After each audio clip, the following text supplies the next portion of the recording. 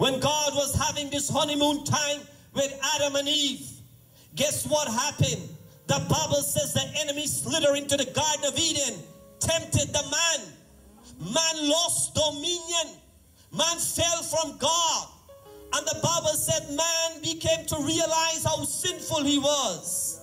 Adam went and saw a fig leaf to cover himself. The Bible says God assumed the responsibility.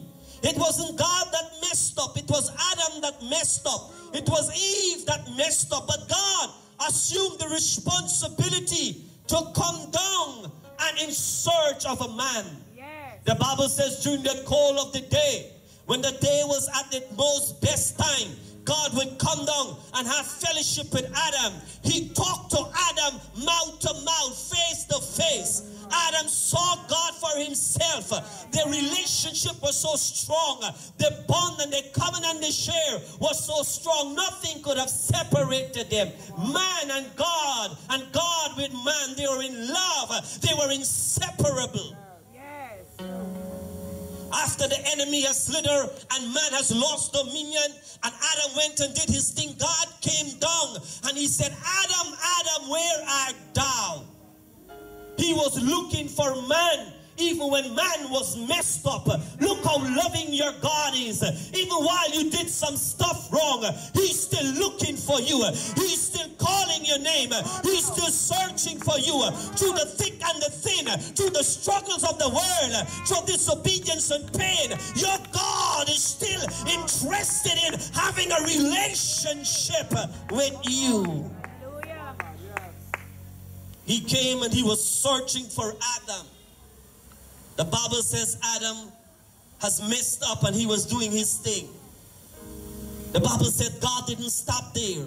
Later on we read about a man by the name of Abraham who had Isaac, who had Jacob, his grandson. And God said to this man Jacob, he said, listen Jacob, as I made a promise to your father Abraham, I'm going to keep that covenant, that your seed shall be like the stars in the heaven and like the sand on the seashore. And the Bible said God raised up this man, a man that was crooked, a man that was unrighteous, a man that was a thief and a supplanter. Isn't it amazing to know that the people that messed up the most in life are the people that God normally uses to do extraordinary thing? Isn't it amazing that the people that the world say got no gift, no potential, you're not going to be nobody, God has a way of taking your mess and turn it all the way wrong that men can see the glory. Are you hearing me tonight? Aren't you thankful that God can take a rejected, condemned life and flip it 360 degrees so he can get the glory from it? God was in search of a man. He found Jacob, and the Bible says he named him Israel. Israel had many sons and daughters, and the Bible says for 430 years they were under a wicked ruler, a wicked Pharaoh, and the Bible said they were in pain and they were in bondage and they were in fear, and they began to cry out to God, and God heard their cry in heaven. And the Bible said God raised up a man by the name of Moses, and Moses was known to be the great deliverer.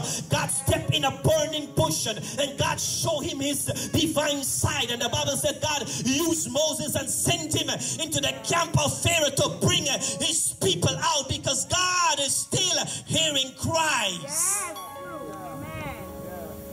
I know sometimes we fail to misunderstand it, and sometimes we fail to tell you that God has an ear, and God has an ear that he can hear your cry. And sometimes when you cry and sometimes when you go to him in prayer, you may feel that he can't hear you. But I want to tell you, the Bible says when the people cried out, God heard the cry.